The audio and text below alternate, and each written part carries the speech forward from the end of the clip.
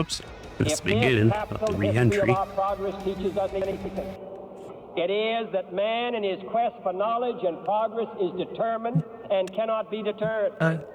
The exploration of space will go ahead, whether we join it or not. And it is one of the great adventures of all time. And no nation which expects to be the leader of other nations can expect to stay behind in this race to space.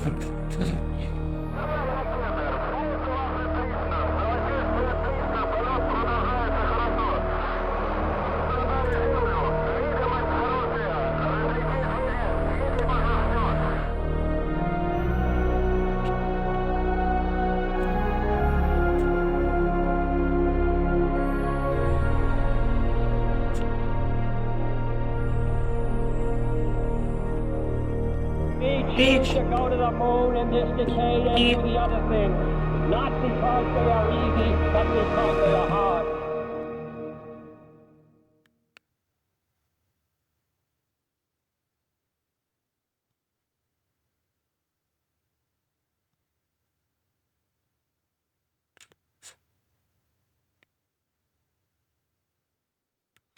Okay. I didn't get to get hop into it yet to test everything. Very complicated, or not complicated, but lots of settings. Lots of settings to mess with. I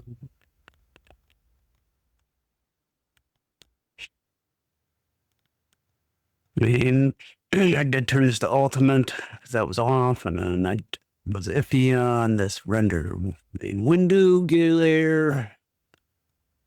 And it says only if it's except for off and lower settings. Well, what's lower settings? Just low and maybe medium.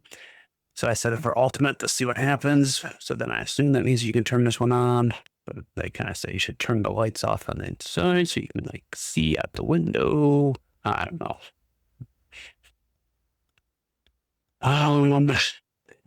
And then it messed with anything else. I think everything else was on.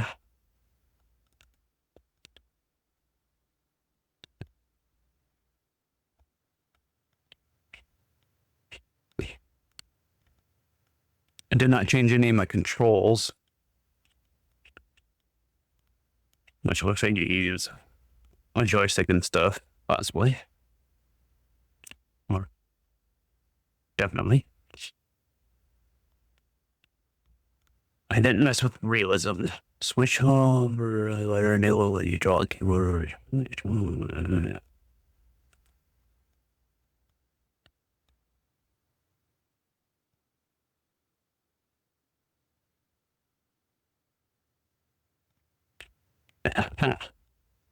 Shit.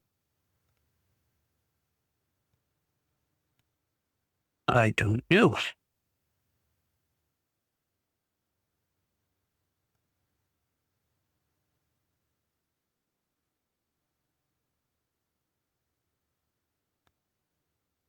Hmm.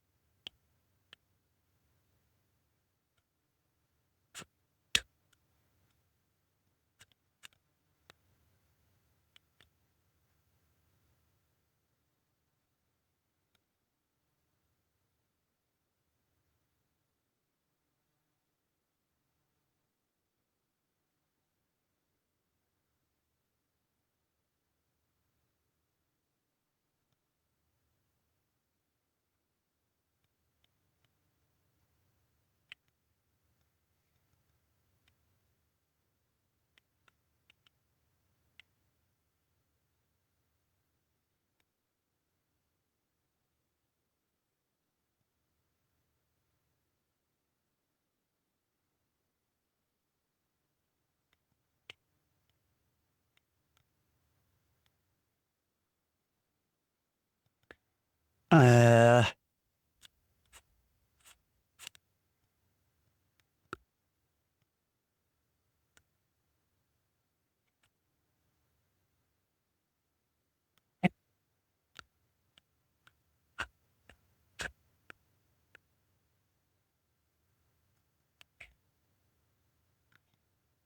Yeah, let's see about that one. The cockpit cursor, or replace the mouse cursor and provide in-game features such as color change or hovering switches. The downside is that it will be rendered in the normal render loop, or whatever that means. So we'll start off, hopefully we can change stuff while you're in alpha features. Looks like they're actually adding multiplayer and stuff. Workshop.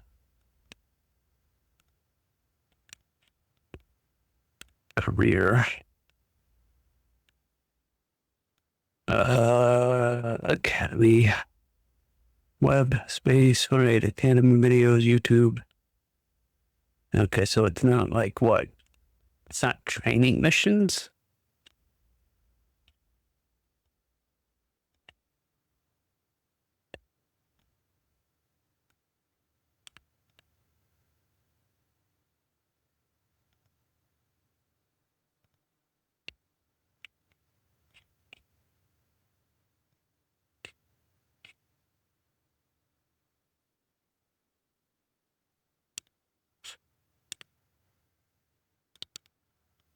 I mean, does this just kick you right in? Not doing like training?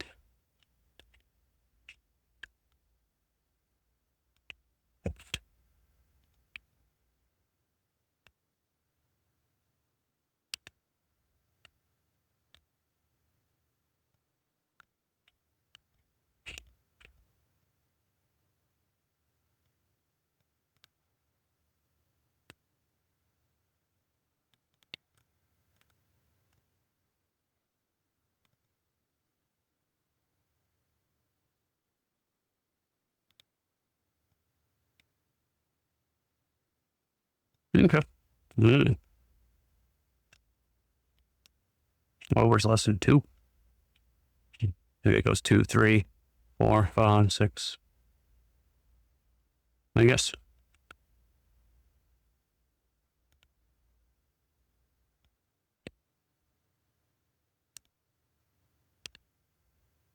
Yo.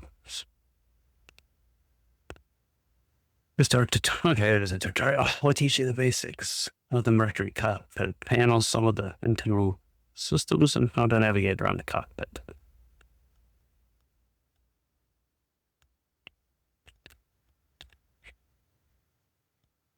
Is this loading?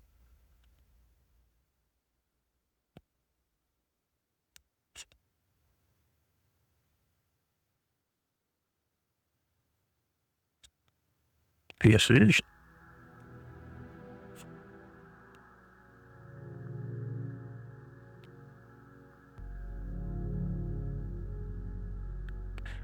Over, welcome to Project Mercury. All along for right now, maybe let's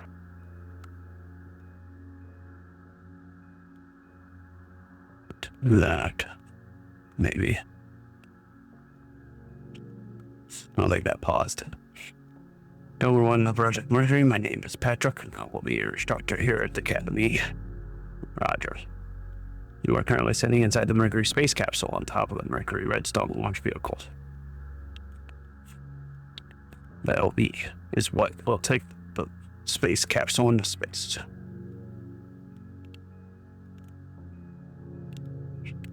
To look around, hold down the mouse scroll wheel. Ooh.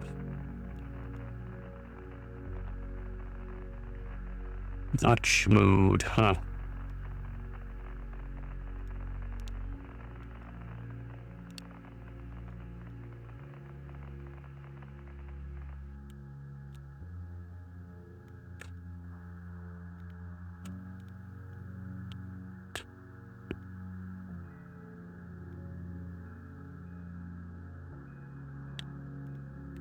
I guess I can't change those other settings. I'm in here. Alright, let's first, whatever. Oh, now the frames are going, sort of. Holding the scroll wheel. Most of you reason girls use your configuration. Try this now. No. So, Use.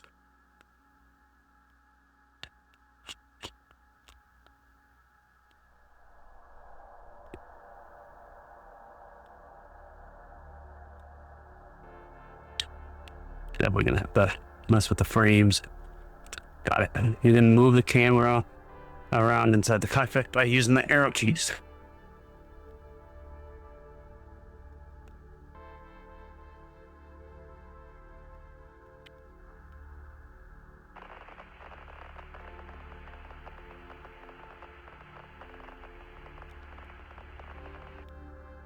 All right, how do I reset the view?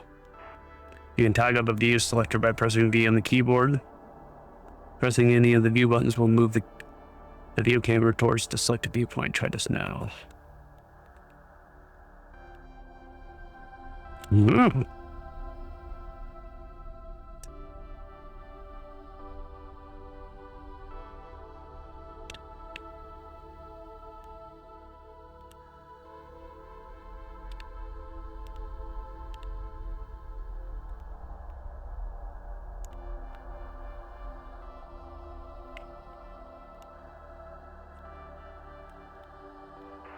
In the view selector, the bottommost. I did the total spell correctly. It's here or something. Bottommost button is the mission pad. Pressing this button will target the mission pad. Try the mission pad now. The mission pad contains important information about the mission and mission goals. A briefing page, a map, all the checklists, a radio transcript that you can use to read the mission log. If you need to revisit a message sent to you earlier in the mission. If you need to revisit a message sent to you earlier in the mission, maybe. And notes section. Okay, Roger. You will use the mission pad a lot through a mission. You can move it around on the screen by pressing the non-interactive area with the left mouse button while holding. Drag the window around. This applies to almost every UI window in the game. Okay.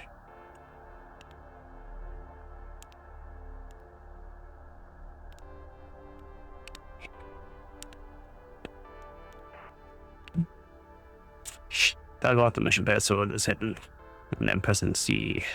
So that, and C to toggle the function bubbles. These are circular buttons located next to the pilot's right knee in the marker capsule. These can be used to trigger important functions during a mission, such as radio commands, holding the countdown.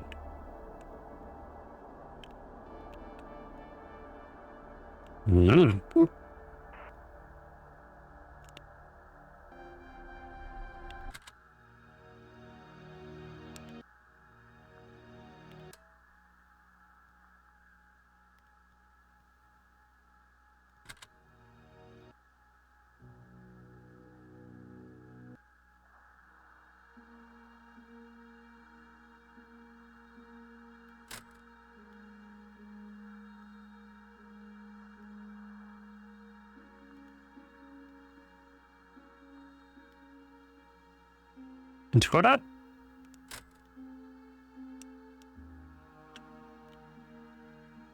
Why are they floating away?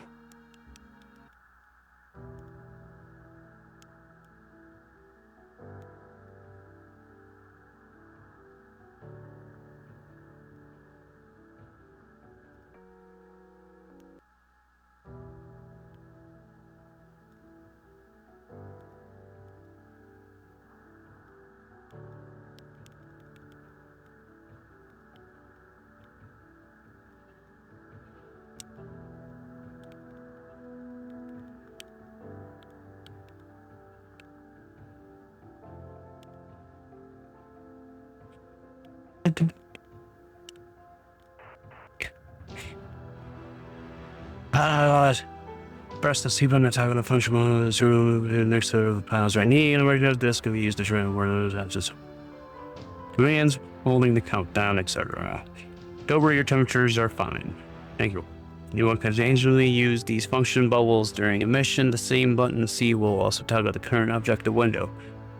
This window can be used to see what exact step or trigger the mission is waiting for, such as pressing a switch, waiting for ignition, asking to complete a checklist. Please press Roger when ready to proceed. Okay. Use the current objective window each time you are unsure what the mission wants to currently do, or what event the mission is currently waiting for. Oh, I think I'd skipped a step. You can press enter when a mission command.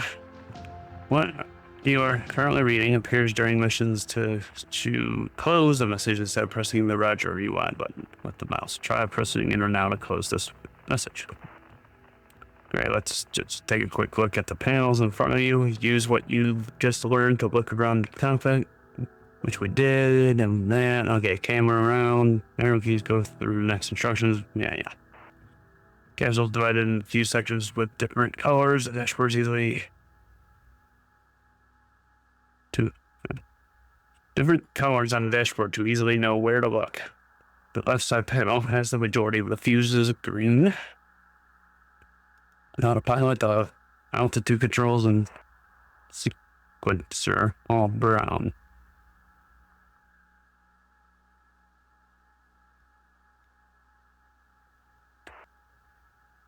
What?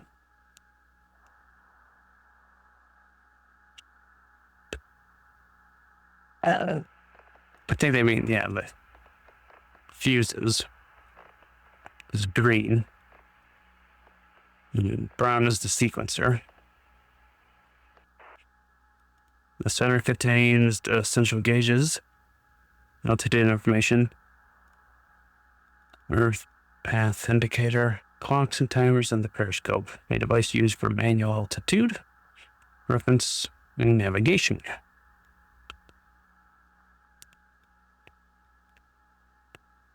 Yeah. And right, we have the radio controls.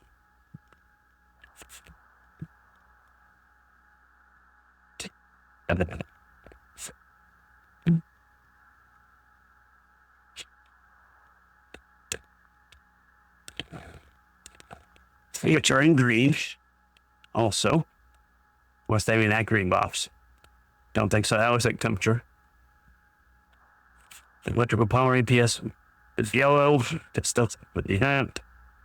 So radio, electrical power, warning lights with audio switches, and some other fuses, as well as the temperature settings.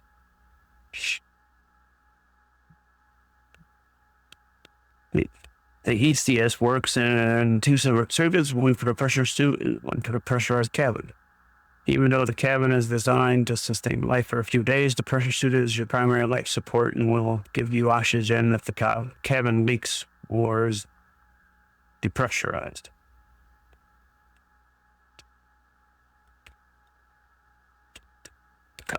Therefore, it's vital to have a pressure suit that can provide air, keep your body cool, and provide air circulation and odor removal. The ECS comes with two fans for the suit. Number one is primary, number two is backup. Let's ensure the primary fans work. In the next instruction, you will need to interact with the switch.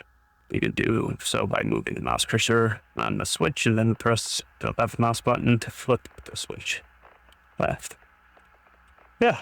Hitting the right mouse button to flip the switch right. Okay. Interesting. Press F7 to move the camera to the right panels and locate the suit fan switch.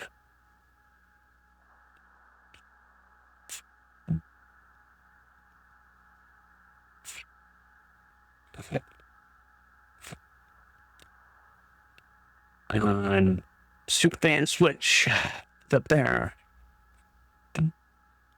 Will control the fans automatically.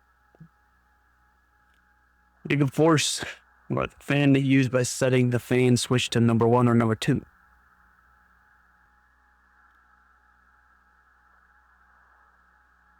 So set it to number 1.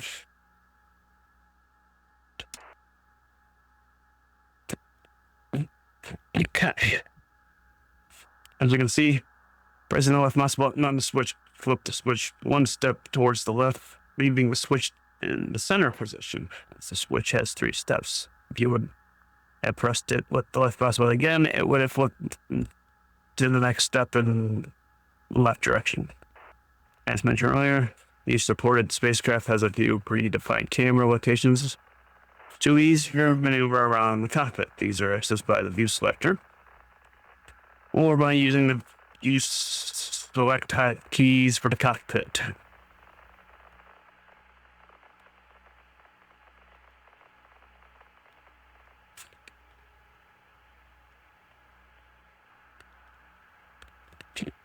Other views also exist. You can press F1 for external view, and F3 for the Orwell map will only work when you are in space.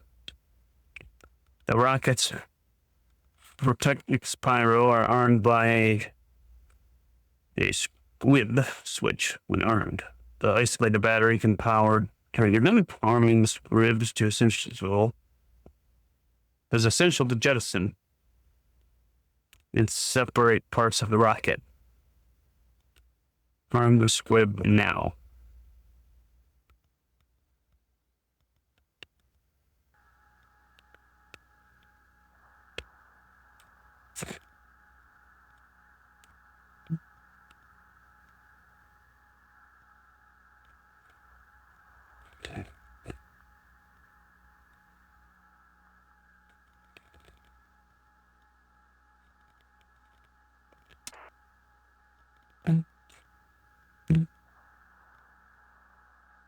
The only pirate system that's not armed by the squib switch is the auto retro jettison switch. It's very sad to accidentally jettison the retro engines as they are required to get you back down to Earth. Extra security was added. Arm the auto retro jettison switch too. This should be on during ascent and after retro burn.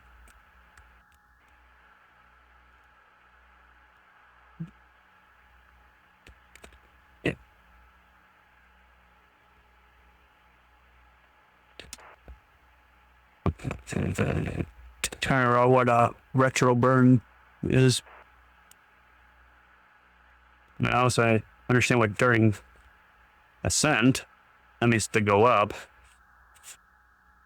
I think retro burn is to escape, I don't know, escape orbit. Sure is a different word for it, but so speeding up pretty much in a way. The next step, you will interact with a selector, also referred to as a knob. You interact with this in a similar way as switches. Pressing the left mouse button on the selector will rotate it leftwards, and the right mouse button will rotate it rightwards.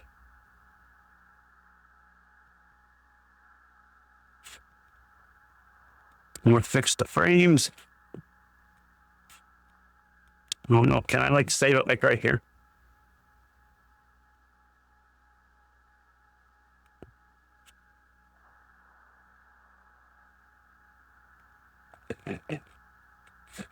I don't want to break, no.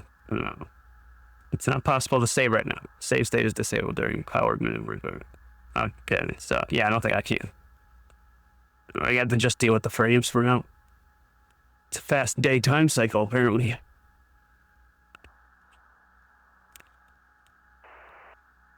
I mean, I know I could, I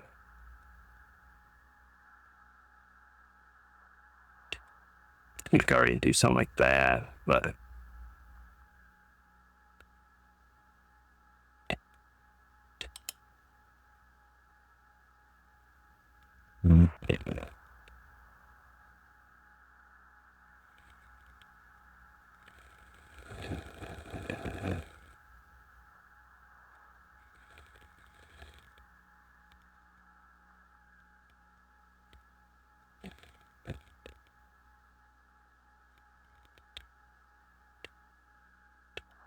it's meant to do nothing. In the next step, you interact with the selector you referred to as a knob. You interact with this in a similar way as with switches. Pressing left mouse button, the selector will rotate it. Leftwards on the right, but this button will rotate it. Okay.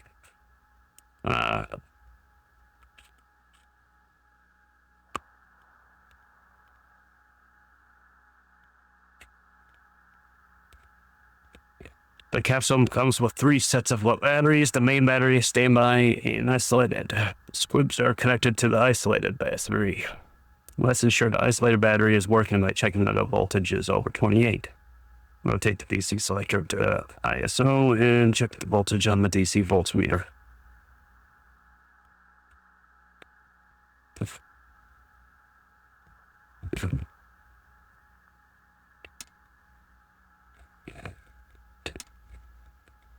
How do I know which?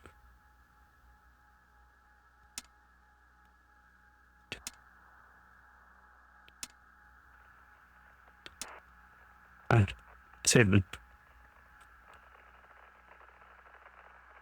Okay, 28 volts. Next Delta 2 panel there is a time 0 button. The button is protected. Left clicking once will remove the protection. Right clicking will put the protection back on. Before launch, this protection should be removed so you can activate the time 0 quickly if the timer does not automatically start your launch. Launch.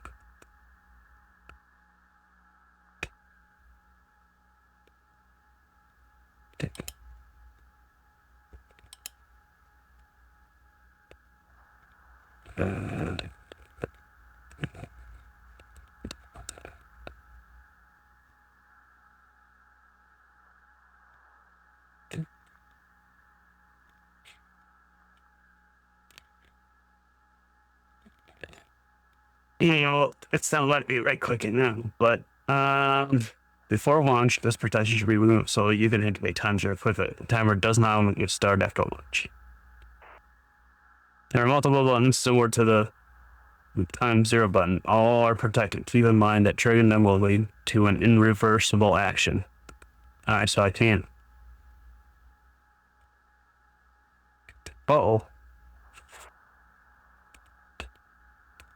Press F7 to view the right panels. The next system we will check is the radio communication system. It has 2 modes, UHF and VHF. Primary communication system is UHF.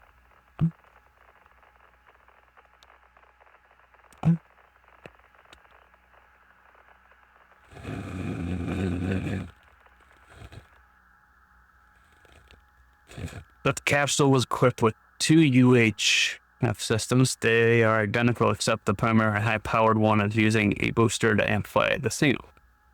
It goes further versus the lower-powered one. Set UHF select to high power. I can't speed. Okay, so you can't push left, you gotta push right on this button. I can't click it.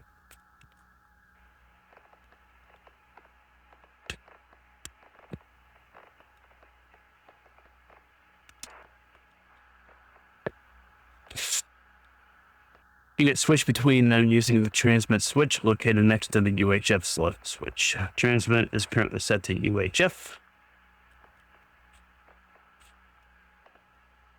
Yes, it is.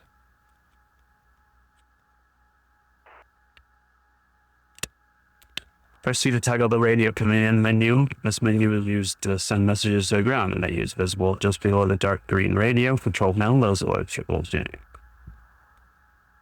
Radio command.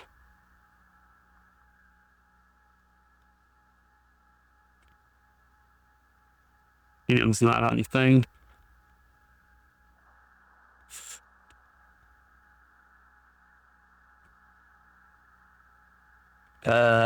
Maybe message Capcom. You gotta use this one just for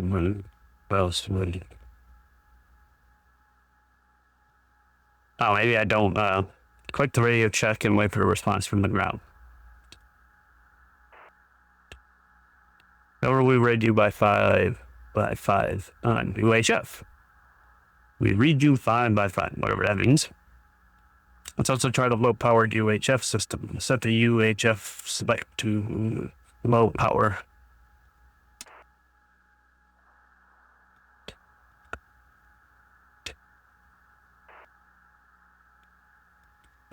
Kind of. We read you 5 by 5. Okay. Right. UHF will not always be available during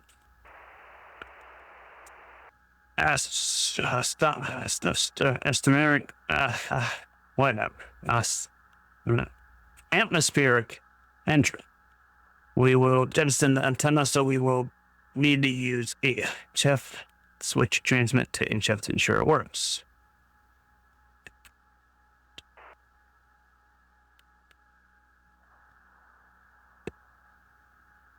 Okay.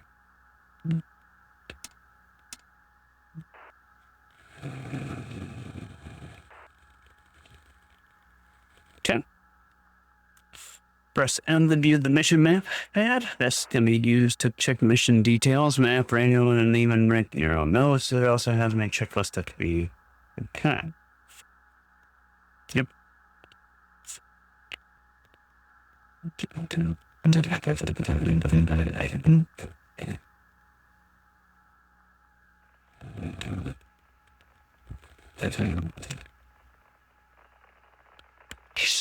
There are a lot of systems to learn and understand, and today we just scratched the surface. Don't worry if you don't yet understand the reason behind all the switches we fiddled with today. Good job. I will get some coffee. Ooh, it's going to get some down coffee. So let's end the lesson here. Press escape and click on the end to stop the mission and return to the main menu.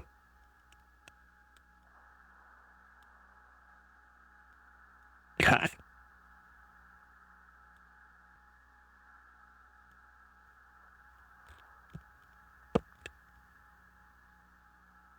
All right, I guess I didn't need to press escape. I just gotta go click end mission.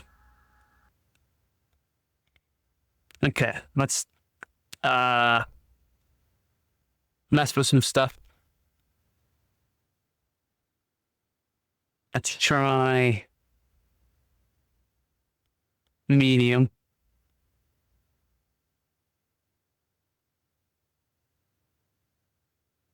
Actually, first let's try ultimate, and we'll turn off the one that they said not to. Let's try that.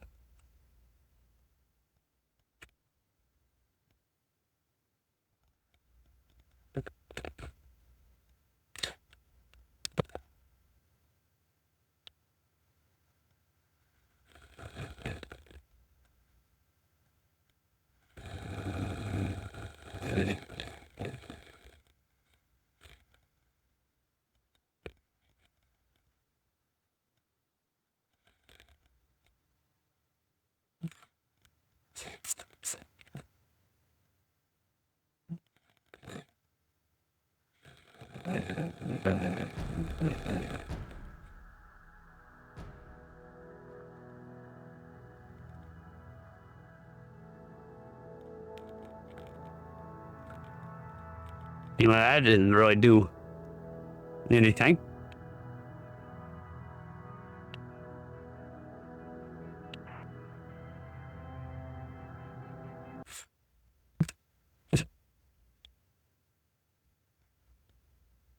All right, so that was off. So let's try doing medium.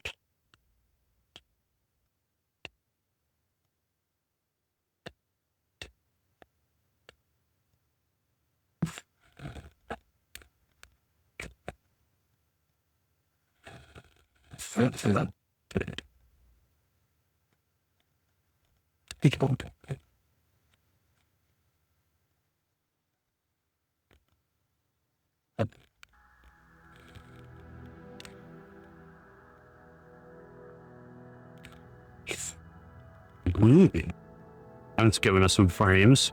Okay. It's better. Maybe not perfect, but better.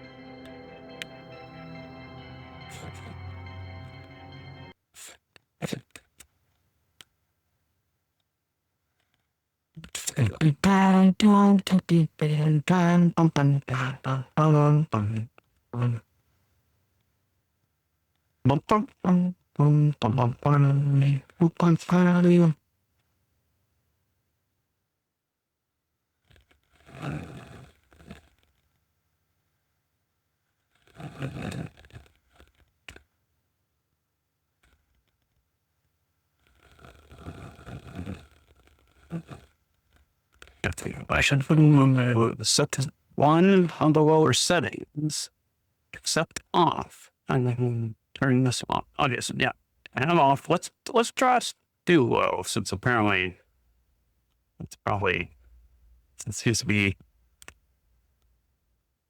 what's killing everything. Maybe.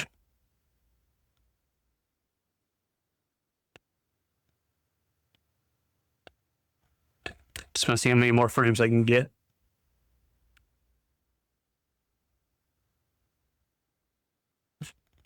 Shh.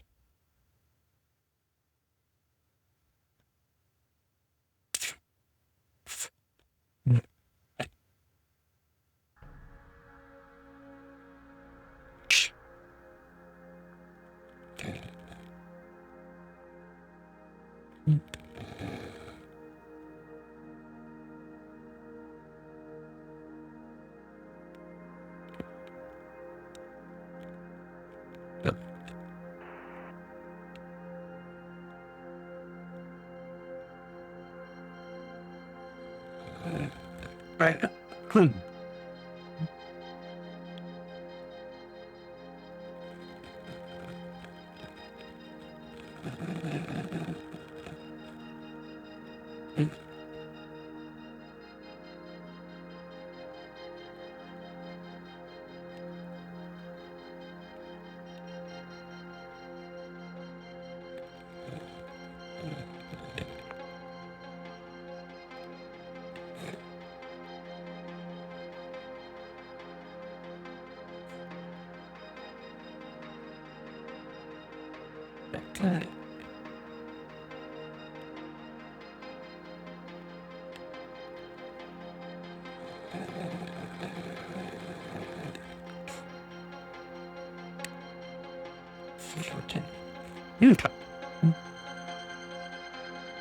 That seems good. That seems good.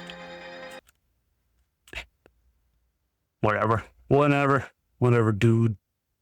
Whatever, dude. You know nothing. You know nothing. Oh yeah, we can turn that off now.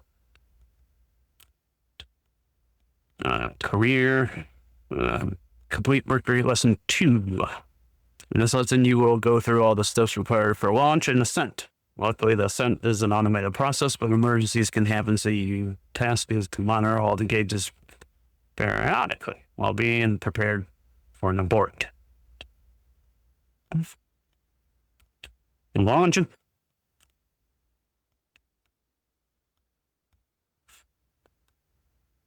Going to space.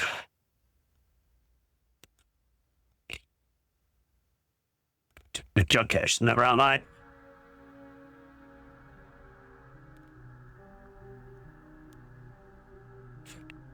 Welcome back to where in this lesson we will go through all the steps required to launch, procedures needed during ascent, and what to monitor as the rocket lifts off. I'm the teacher!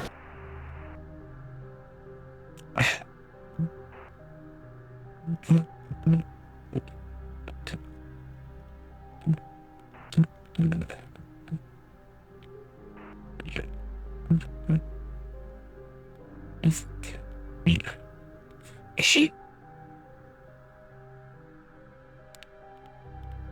Yes.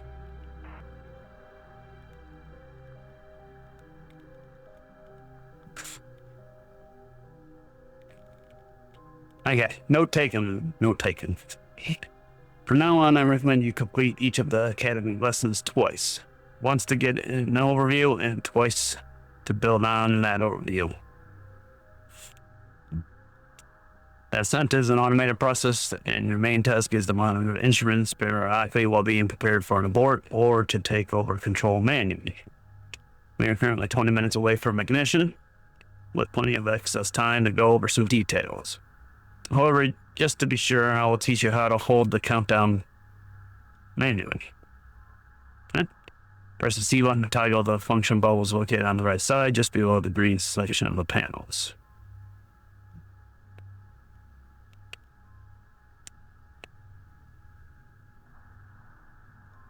Locate and find the hold countdown function bubble and click it.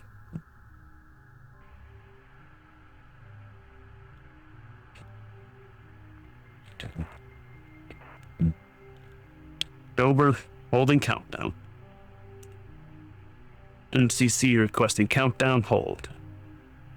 Okay, it's not countdown's not moving anymore. Excellent, the countdown is now holding. The cockpit panels are in the final pre-launch configuration, with only a few remaining switches to be adjusted. Let us open the mission pad, press M to toggle it, and then press the checklist tab.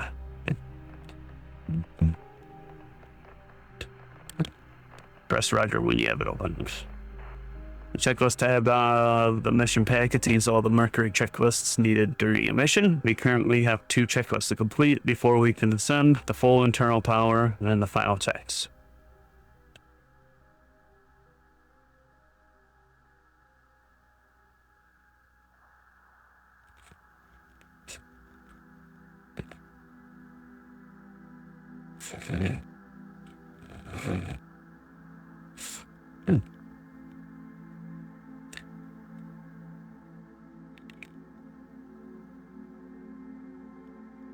So full internal power and final checks. I don't get what they mean by how you know if one, like, what's completed. This lesson will take through all the required steps to so you can press in to toggle the mission pad off again. In the next lesson, you will learn more about it and some features of the checklist system that will allow it to help us execute checklists. We are currently holding the countdown, but typically at around 10 minutes before liftoff, often referred to as TEEP. Minus 10 minutes, the power source is switched from external power to internal.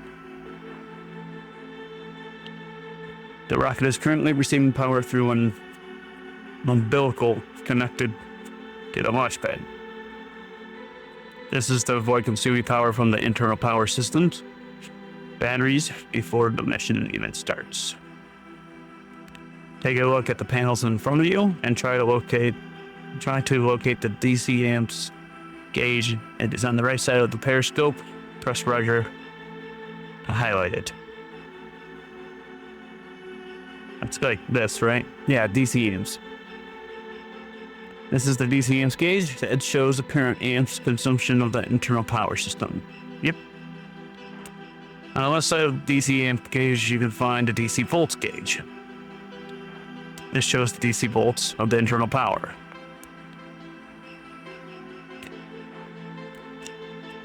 Below the 2 gauges, you can find a DC selector. This is what is used to select the DC volts and DC amps gauge is showing. Set this to 1 by clicking left clicking it. The DC amps and DC voltage gauge is now showing the current volts of battery 1 and the current load on the battery. The black house, a house that controls the launch located on the current launch complex, will soon switch to internal power. During the power transition, it is important to monitor the DC amps and DC voltage. Set the DC selector back to M by right-clicking on it. This monitors the capsule's main electrical bus. More on this in electrical power system lesson. Now observe the DC amps and DC volts while pressing Roger to let the black house know you are ready to switch to internal power. Excellent. The main bus is now handling the load from all board equipment. The main bus voltage should be around 23 to 27 volts with a consumption of 20 to 40.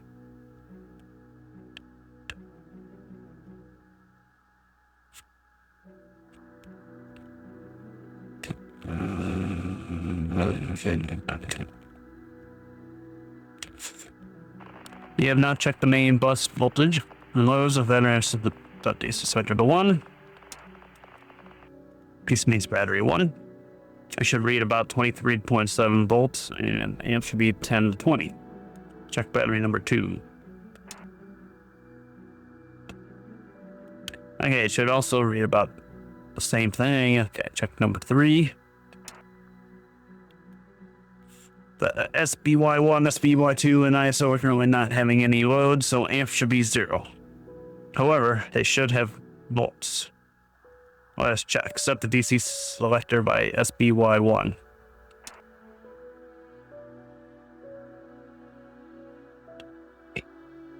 Standby. So that's standby battery 1.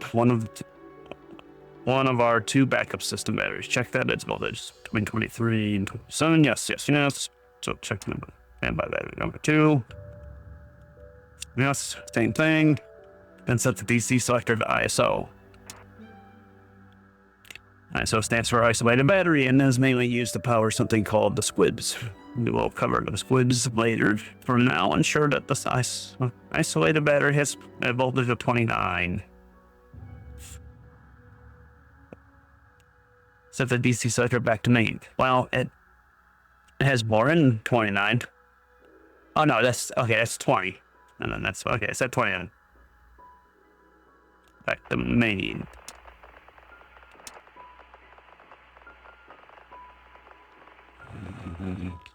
Excellent. We have now made a full electrical bus check after switched in from power. Everything is looking good. This is also something we need to do periodically during the ascent, preferably every 30 seconds. The switch is full internal power. Should happen 10 minutes before ignition to avoid excess consumption of mission critical battery power. We do not want to run out of power in space.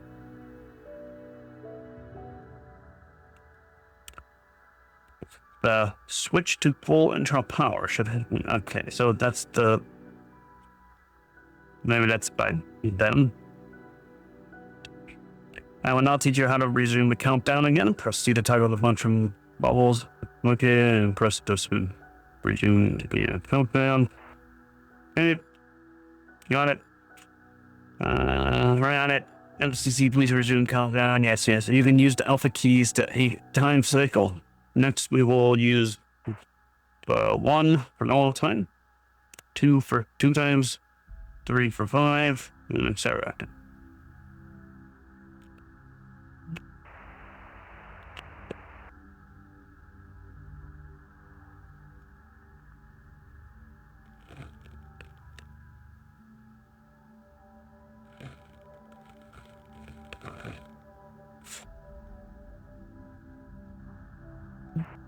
Woo!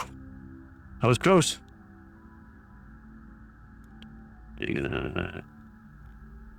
Roger. Until we use timescale to reduce waiting time. The feature is available during a mission except during powered or critical missions that phase such as ascent and reentry. You can always press 0 to pause the game to try to set timescale to 2 times by 2 and then 1 to return. Yeah, we kind of already did that. I guess I must have timescale to T minus 5 minutes. Avoid using more than 5:20 on the launch pad as it might miss an important steps. Whoops. I have now made an automatic hold of the countdown to ensure we have enough time. In other words, let us perform the final checks needed to complete the pre-launch capsule configuration, making us ready for ascent. Let us signal the Black House that we are starting to find all checks and we'll be ready to launch. Set the launch control switch to ready so the Black House knows that they can trigger ignition. If the switch is ready, the rocket will launch when the countdown reaches 0.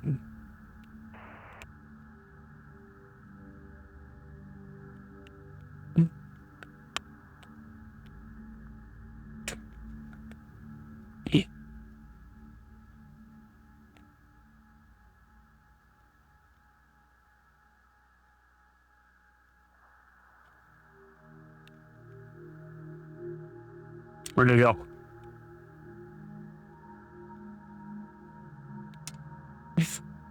It's that?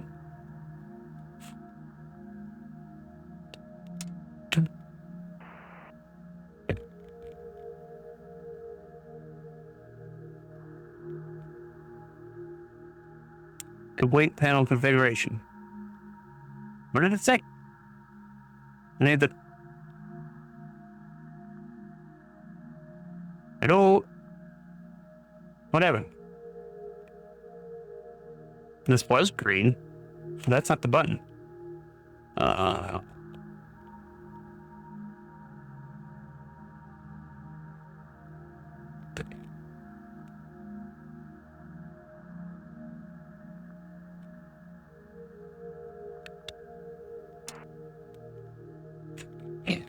Check that the soup temp selector is set to position 3. A triangle marks the default set position.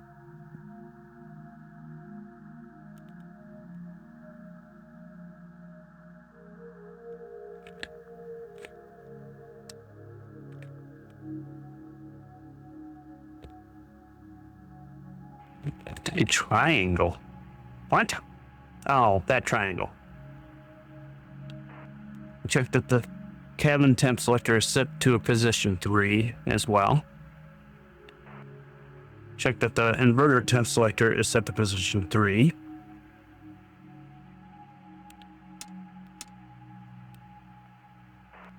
Then ensure transmit is set to UHF. Looks like it.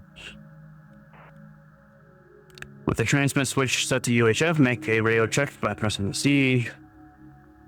Yeah. Left click once on the time 0 button to remove the cover, but do not press the button. Will be pressed if you click it again after remove. Okay, so remove. During ascent, depending on the launch vehicle, you will go through different stages to reach the velocity required for a mission. The squib bus needs to be armed for this, so arm squibs.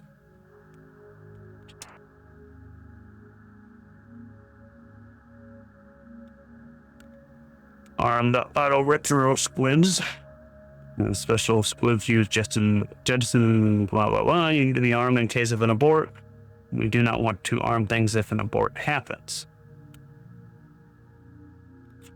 What?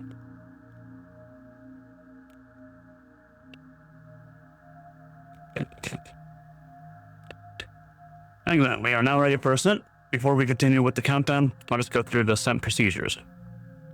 The redstone ascent is about 2 minutes and 30 seconds before ignition. You will hear the countdown. This will count down to liftoff.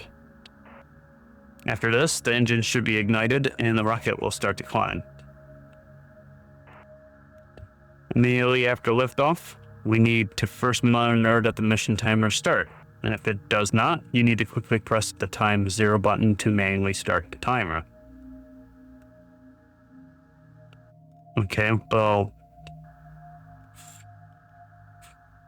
where's the mission timer start? Or timer thingy? So immediately after liftoff, we need to first monitor that the mission timer starts. Alright, hopefully it reminds us. The time from the launch timer is the mission timer, and is located below the analog clock and the satellite clock. Wow, I would have thought this is the satellite. So this, again, time from launch. So this should start counting. Then you should check that you are gaining altitude. You can use the altitude gauge to check the altitude during ascent and landing. Once you are gaining altitude, immediately monitor the time from launch clock to verify that it has, in fact, started and is counting. Is there like a sensitivity?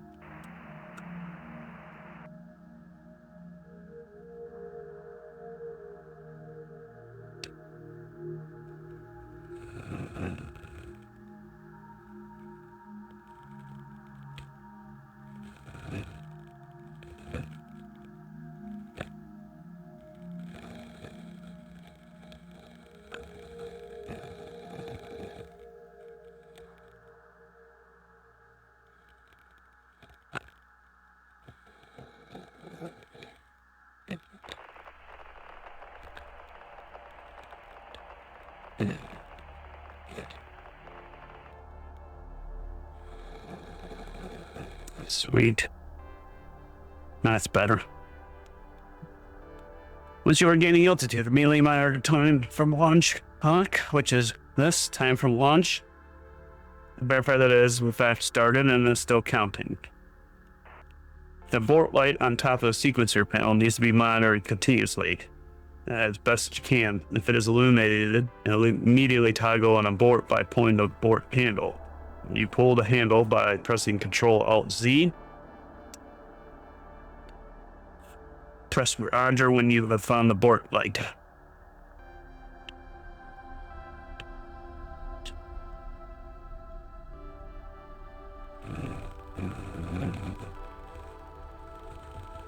On top of the sequencer, that's going to be over here. Right there. I guess, if that's the light, it looks like it's a button you can press still. So, a little confused on that one.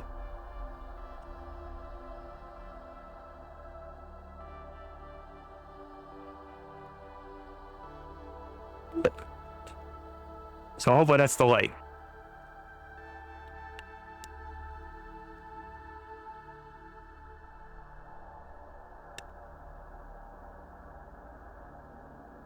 It has to be.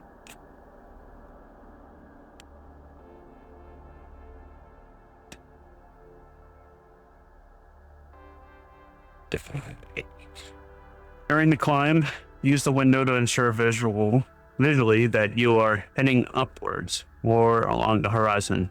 Cycle through the various gauges quickly and often. I know there are a lot of instruments, but these are vital for a safe ascent. We'll cover the most important one. The capsule has 2 fuel tanks, one for autopilot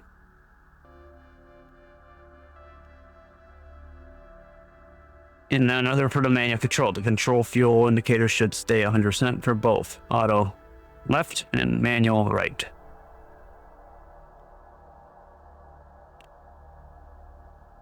Yeah. Above the fuel gauge, you will find the accelerometer,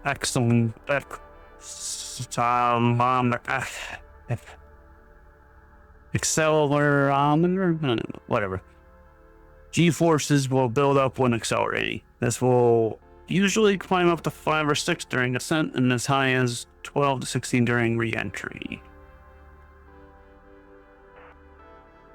Okay. The cabin is now fully pressurized with pure oxygen at sea level pressure. The pressure will bleed off over time. Ensure this is decreasing and stabilizing at 5.5 psi.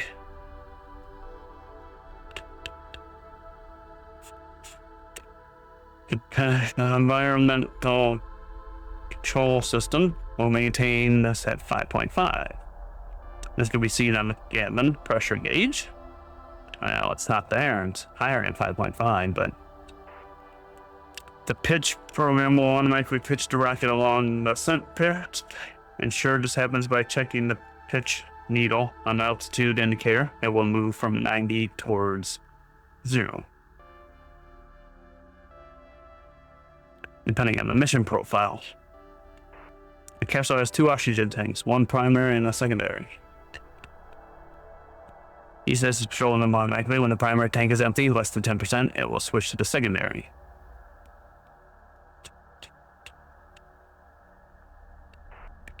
Ensure oxygen levels are 100% during ascent. If they bleed off fast or seem strange, diagnose and abort.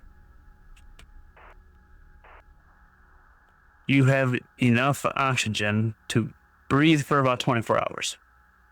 A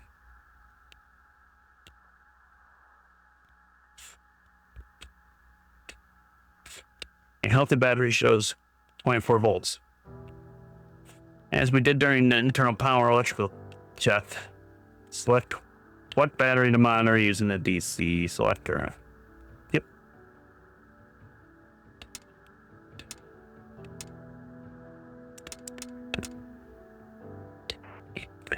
DC volts on the selected system will be visible on the DC volts gauge.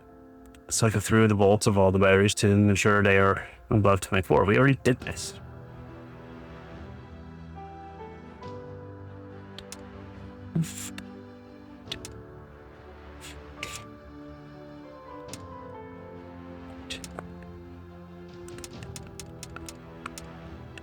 Sorry, I could have just passed it. Check that the altitude is increasing when you are below 100,000 feet. Again, it is important to monitor this right after a liftoff to ensure you are climbing. Check the cabin air temperature. It is measured in Fahrenheit. If it is too cold or too warm, adjust the temperature setting below the hatch. Rightmost panel, never exceed 120 Fahrenheit in either of the circuits.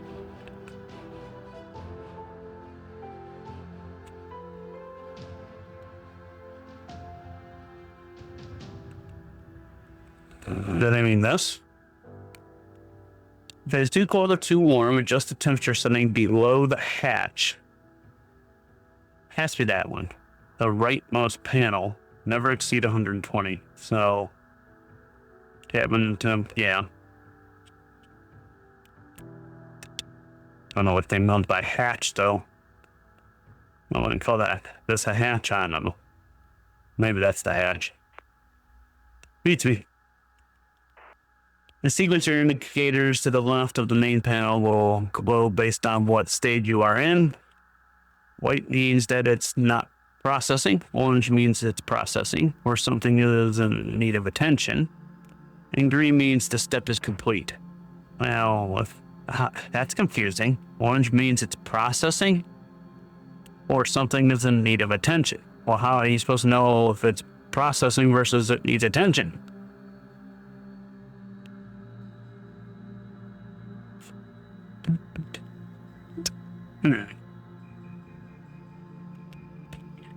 If you have done everything correctly, the rocket should be ready for ignition. Sum it all up. At liftoff, verify that the clock is started.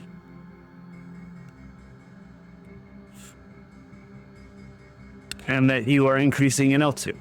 Then monitor the abort light as you cycle through the G-forces, fuel levels, and cabin pressure, total oxygen, quantity, and main bus DCs.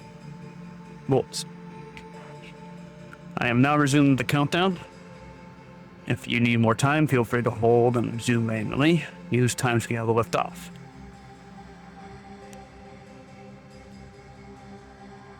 Didn't they say I needed to have this on, like,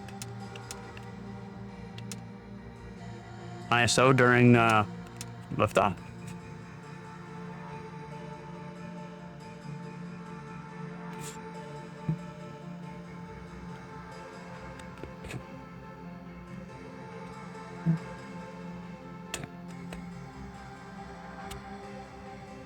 Oh, press resume countdown function bubble.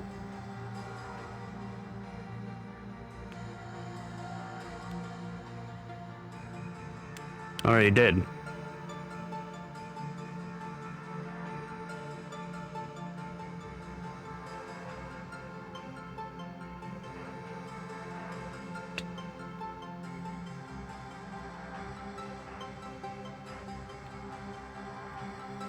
There. That takes care of that.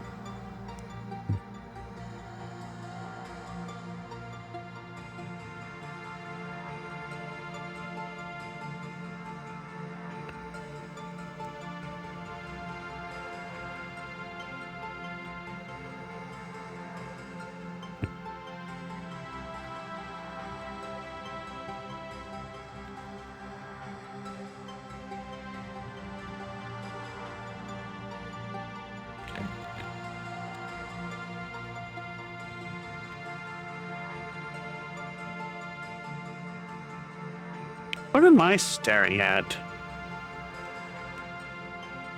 Yeah, I would be looking up there, but... Oh, I'm seeing those. That's not a rocket. Junk Izzy 1. Sweet. Junk Izzy 1.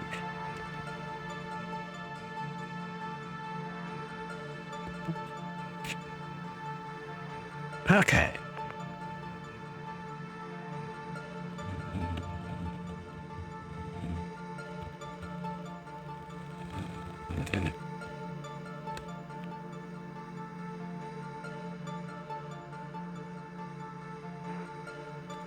30 seconds to ignition. Godspeed over. Roger.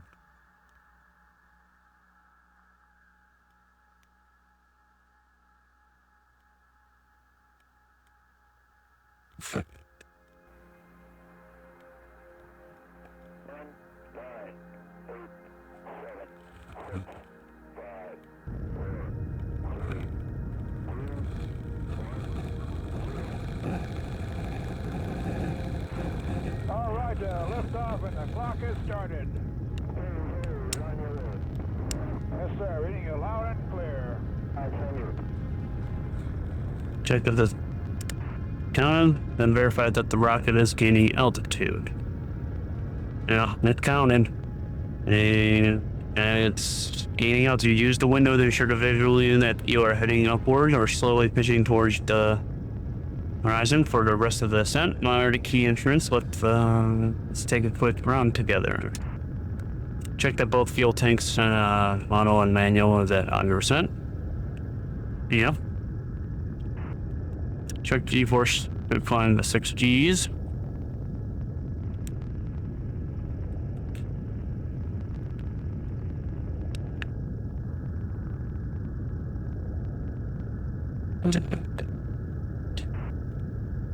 Check that the cabin pressure is bleeding and eventually stepping at 5.5 psi.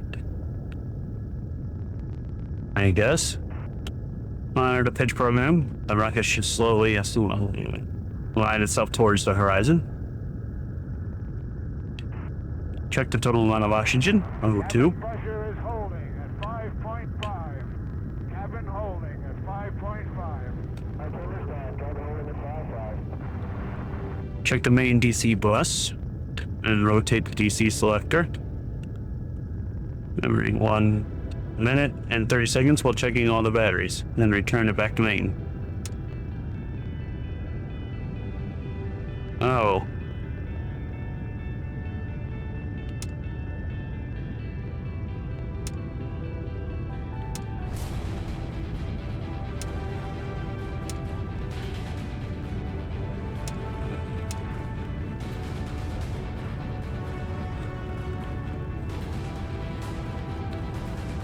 Okay, altitude maxed. Check the cabin air temperature. Verify it's below 120. Yep. Monitor the sequencer light for jet tower and sip capsule green.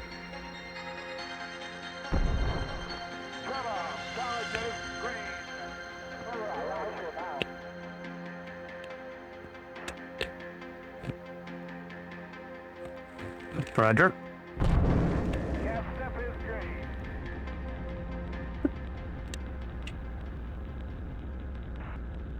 Once the tower is jettisoned, the capsule is separated. The ascent is complete. After the ascent, the capsule will yell 180 degrees and position you in a normal orbital altitude automatically.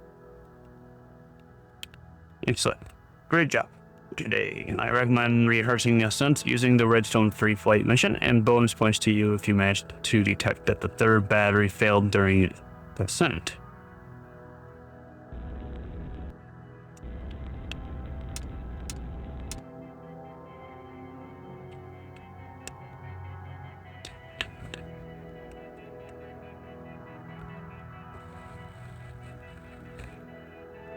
No bonus points.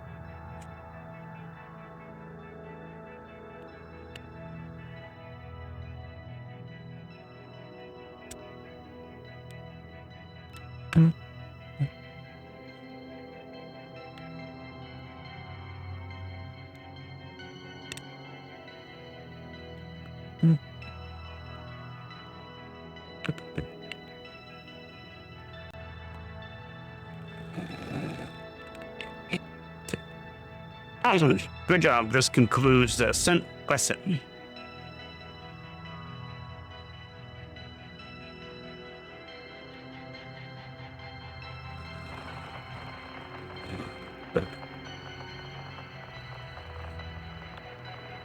Okay.